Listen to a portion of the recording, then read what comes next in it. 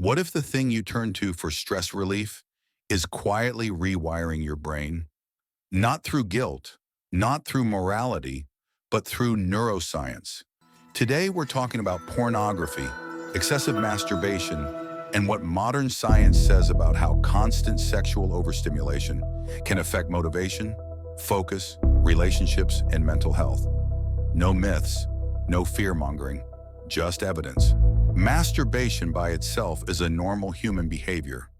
Medical organizations like the American Psychological Association and the National Institutes of Health agree on that.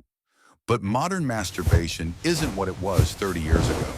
Today, it often comes paired with unlimited high-definition porn, endless novelty, algorithm-driven sexual stimulation, sessions lasting far longer than biology evolved for. So the real question isn't, is masturbation bad? It's, what happens when your brain is exposed to extreme sexual stimulation repeatedly for years? Dopamine is often called the pleasure chemical, but that's not accurate. Dopamine is about motivation and anticipation. It's what makes you want things.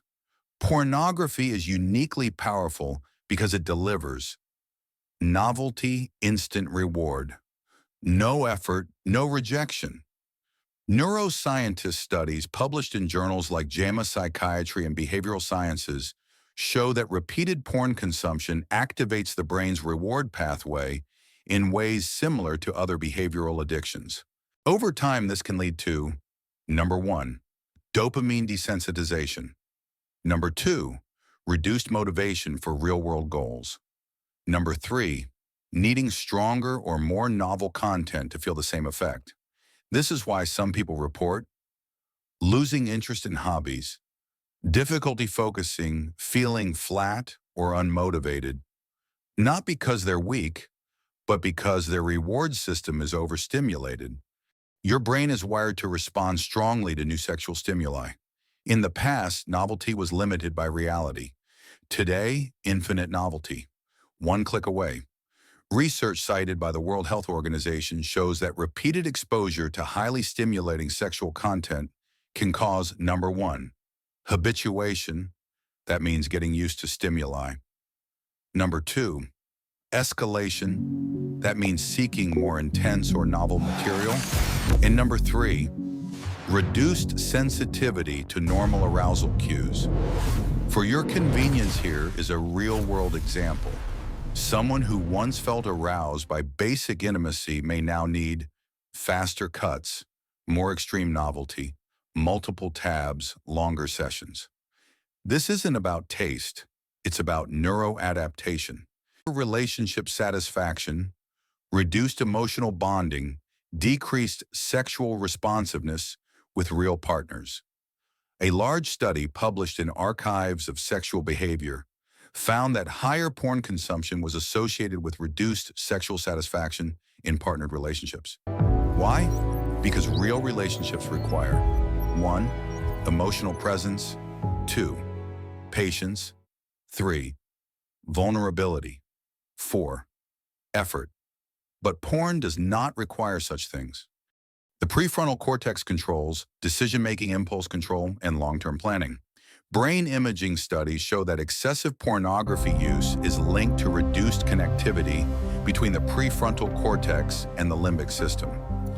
This can show up as difficulty stopping once started, compulsive checking, reduced self-control, and increased impulsivity. Again, not a moral failure, a neurological pattern. This is why some researchers now classify severe cases as problematic porn use, PPU, rather than addiction, acknowledging real behavioral consequences. The brain begins associating arousal with screens, novelty, control, isolation, which can quietly weaken real intimacy over time. One of the most consistent findings across studies is this.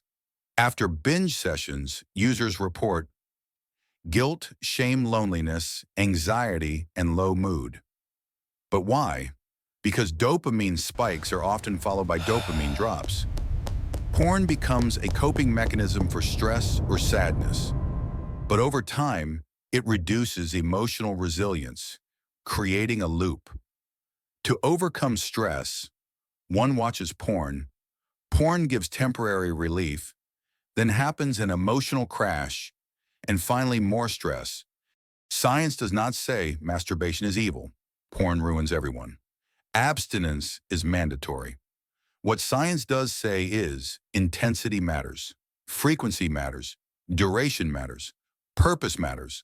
Occasional mindful behavior is very different from hours-long sessions, escapism, emotional avoidance, compulsive use. Your brain is adaptable. That's the good news. Awareness alone can change behavior. Reducing overstimulation can restore sensitivity. Real-world goals can become rewarding again.